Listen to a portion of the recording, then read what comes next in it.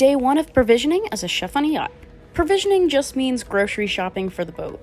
But this shopping trip is not your typical one. In the next 2 days, I'll be loading about $16,000 worth of food. The owner of the yacht bought a cow at auction for $9,000 and brownies in our freezers on board. The rest of the provisions are through Instacart. Since the yacht is parked in the backyard of the owner's home, it makes it really easy. We have these big carts on wheels that we use to transport everything back and forth. In the next 2 days, I will have 9 stores delivering to the yacht, and each order is from $300 to $3,000.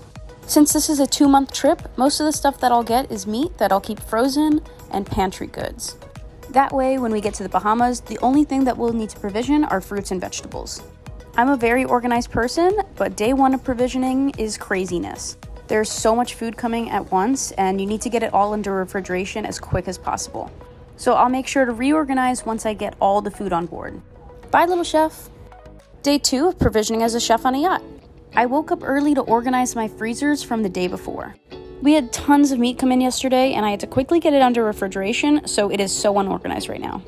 We have 8 freezers on board, and I like to separate it into beef, poultry, pork, fruit, vegetables, bread, and miscellaneous. And we also have 2 refrigerators. One is for dairy and eggs, cheeses, yogurt, sour cream, butter, and the other refrigerator is for produce. On provisioning day 2, we had a lot of dry goods come in, so I was organizing my pantry. This is a 2-month trip, so I have a lot of shelf staple stuff as backup. At 11 o'clock, the crew said they were hungry, so I started making lunch. I put 8 pounds of salmon on the Instacart order, and I ended up getting 8 fillets, so that's what we're having for lunch today. I ran out of space in my freezers, so just did a little salmon poke with a seaweed salad. Finished up the last of provisioning and called it a night. Bye, little chef. Hi, little chef. It's been a long 2 days of provisioning, so after work we went to the Ritz Carlton for some drinks. This is Gino, our amazing bartender. It's important that you water your plants on these warm days. Try to get down the stem into the root system for proper absorption. Don't stir the straw to make a face, beautiful, happy face. 18. The A-team is back together again, and it's about to be an awesome summer. I got the mint mojito, and it was fantastic. They put like a whole garden of mint. And we also got the Gino show. Hennessy whiskey. Then we got some food. We got some Marcona almonds, which are like super expensive almonds. They taste like butter. Tuna tartare, calamari, and yuca fries. I made myself a little plate and dug in, but we're all here for Gino. We walked back to the house along the beach and called it a night. This was much needed after a long 2 days of work. Bye, little chef. Hi, little chef. To answer your question, yes, the Ninja Creamy is on board. The owner of the yacht has this giant mango tree in their backyard, and they brought like 50 mangoes on board. So, of course, I threw most of them into the Creamy. If you haven't had just pure mango in the Ninja Creamy, you're missing out. Not only is the color beautiful, but the texture is superb. Now, I've never tried watermelon, so we're gonna give it a go. Let me show you my little stash of creamies. I keep them in the hallway freezer, and thankfully I found some space. Right now we have pineapple, banana cream pie, watermelon, and mango. I bought 6 backup containers so we have variety and the guests can choose whatever they'd like. Tonight we're trying the banana cream pie. I just put milk, bananas, and banana cream pudding mix. And that pudding mix really does it every single time. The texture is beautiful. Give it a little tasty taste. I think I went to heaven. This has been the best galley investment. Bye, little chef. I get this question a lot. How do I find a single ingredient amongst $18,000 worth of food? The answer is simple. I'll just group things in likeness. In this cabinet, the top shelf is nuts and the bottom shelf is pasta. In the cabinet left of my stove, the bottom shelf is all Asian sauces, which I use a lot of, and the top shelf is ketchup, mustard, and mayo. In the largest pantry, the top shelf is all baking related, middle shelf jarred goods, and the bottom shelf cans.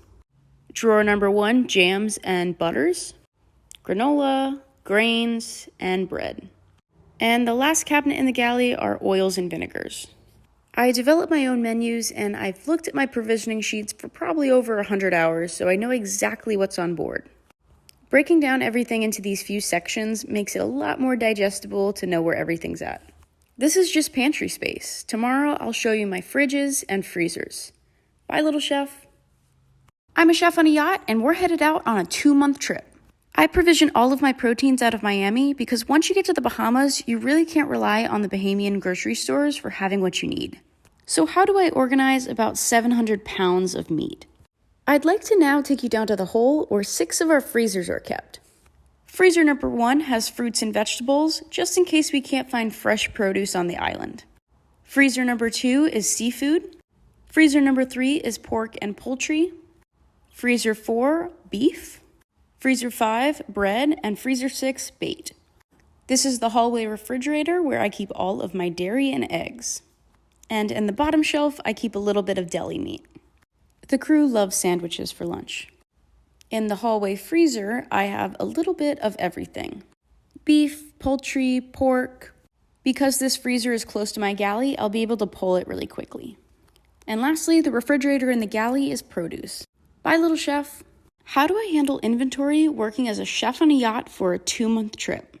I develop a 2-month tentative menu.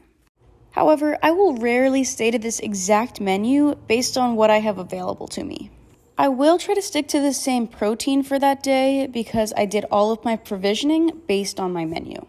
I love sticking with original plans, but for 99% of the time on this yacht, you always go to plan B. And that's probably one of my favorite parts of this job. I get to be creative and problem solve. After a month in, with low supplies and lack of ingredients from the Bahamian grocery stores, it's a lot of pressure to keep these guests happy with the food that you create. I love that I'm the sole person in the galley, no sous chef or anyone else. All compliments and even complaints come back to you. And that really motivates me to do my very best. I take a lot of pride in my work and so grateful to have this opportunity. Bye, little chef.